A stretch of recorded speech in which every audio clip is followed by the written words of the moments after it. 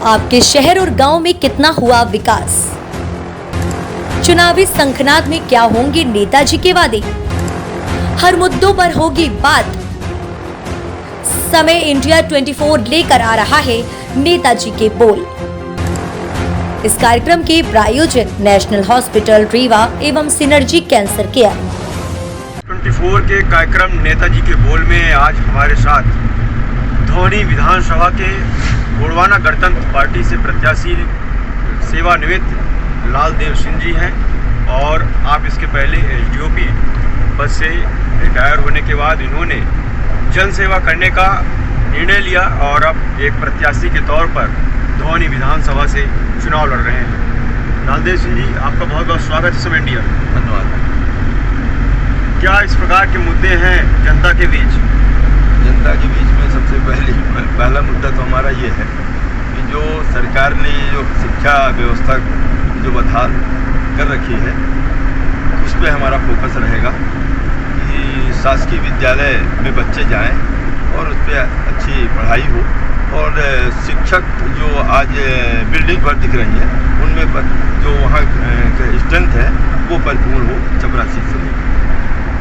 और इस प्रकार से धौनी विधानसभा में लगातार 3 पंचवर्षीय से भारतीय जनता पार्टी से कुंवर सिंह टेकाम जी विधायक हैं और इस बार जो है तो कांग्रेस से कमलेश सिंह जी हैं। कैसे आप उनको जो है तो मैदान पे डिफेट कर पाएंगे, उनको कैसे आप कमज़ोर कर पाएंगे इस चुनाव? उसके लिए तो जनता पूरी तरह से तैयार है और हमें भारी समर्थन मिल रहा है। मैं जहाँ भी जा रहा हूँ तो हम उनका सामना करने में अभी तक जो हमें समर्थन मिला है काफ़ी आगे। तो इस बार तो गोड़वाना और बहुजन समाज पार्टी दोनों को गठबंधन है, तो ये वोट का प्रतिशत क्या होगा इस बार आपके पक्ष में? देखिए, पिछली बार विधानसभा में चूँकि देवसर से रूपनारायण सिंह जी थे, उनको 19,500 वोट मिले थे और इस बार गोड़वाना गणतंत्र पार्टी प्लस बीएसपी दोनों मिला के हम काफ़ी आगे रहे। इस बार जीत सुनिश्चित है कि कहीं नंबर 3 नंबर 2 का खेल है? नहीं, हम नंबर 1 में हैं। और क्या विकास के स्थानीय मुद्दे रहेंगे धौनी विधानसभा को लेकर, जो जिसके पहले भारतीय जनता पार्टी के विधायक ने नहीं कर पाया है? आपने क्षेत्र में घुमा है तो देखा होगा क्या मुद्दे हैं? खूब हमने बारीकी से देखा है और अभी तक उनकी घोषणाएं जो है कागजों में रहे हैं और हम तो करके दिखाएंगे। अभी हम झूठा वादा नहीं कर सकते। इतना ज़रूर है कि हम किसान हैं और आप भी किसान हैं। सबसे ज़्यादा जो आवारा पशुओं से हम किसान लोग परेशान हैं, वो भी एक हमारी उसी प्राथमिकता में है कि जो गौशाला इत्यादि सरकार ने जो अभी तक बना रखे हैं वो सुचारू रूप से संचालित हो, जिससे किसानों को आवारा पशुओं से फसल की सुरक्षा हो सके। और आप एक तो प्रशासनिक अधिकारी भी रहे हैं और हम इस चुनाव से हट कर बात करें तो उस दौरान का किस प्रकार से आप जो है तो एक व्यवस्था बनाते थे, किस प्रकार से आपको चुनौतियों का सामना करना पड़ता था? वो हम एक सिपाही से भर्ती होकर डीएसपी से रिटायरमेंट हुए और मुझे आदिवासी मतलब अधिकारियों का, अपने वरिष्ठ अधिकारियों का बराबर जो दिशा निर्देश मिलता था उसका मैं अक्षरशः पालन करता था और परिणाम स्वरूप मैं एक ऐसा पुलिस अधिकारी, कर्मचारी और अधिकारी दोनों था जिन जिलों में मेरी पदस्थापना रही उत्कृष्ट कार्य के लिए हमेशा मैं पहचाना जाता था।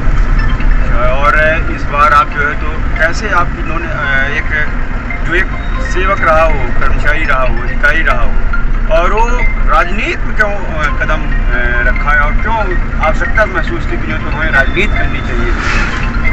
उसके लिए देखिए, मेरे मन में बड़ी पीड़ा थी और खासकर पुलिस विभाग में रह के मैंने बहुत बारीकी से लोगों के व्यथाओं को समझा और मैंने रिटायरमेंट के बाद मैंने ये अपने आप को पाया कि मुझे जब तक मतलब मेरी सांसें हैं तो समाज की सेवा करना चाहिए और मुख्य रूप से जो आदिवासियों की दशा और दुर्दशा है वो आपसे भी बाहर नहीं है। आप भी उस चीज़ को बारीकी से समझते हैं।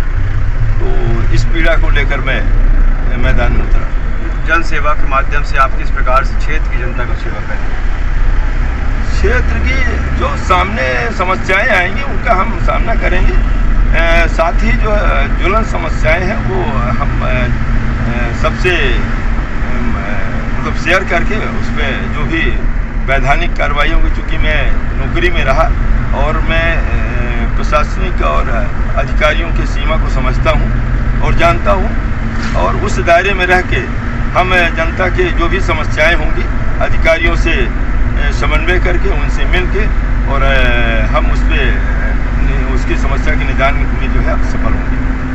क्या इस बात समझते हैं कि धोनी विधानसभा की जनता आपको आशीर्वाद देगी? बिल्कुल देगी, 100%। तो हमारे साथ थे लालदेव सिंह जी और इन्होंने दावा किया है कि इस बार धोनी की जनता का आशीर्वाद पूरा हमारे साथ है। और फिर से हम मिलेंगे किसी और नेताजी के साथ। बहुत बहुत धन्यवाद। आपके शहर और गांव में कितना हुआ विकास? चुनावी शंखनाद में क्या होंगे नेताजी के वादे? हर मुद्दों पर होगी बात। समय इंडिया 24 लेकर आ रहा है नेताजी के बोल। इस कार्यक्रम के प्रायोजक नेशनल हॉस्पिटल रीवा एवं सिनर्जी कैंसर केयर।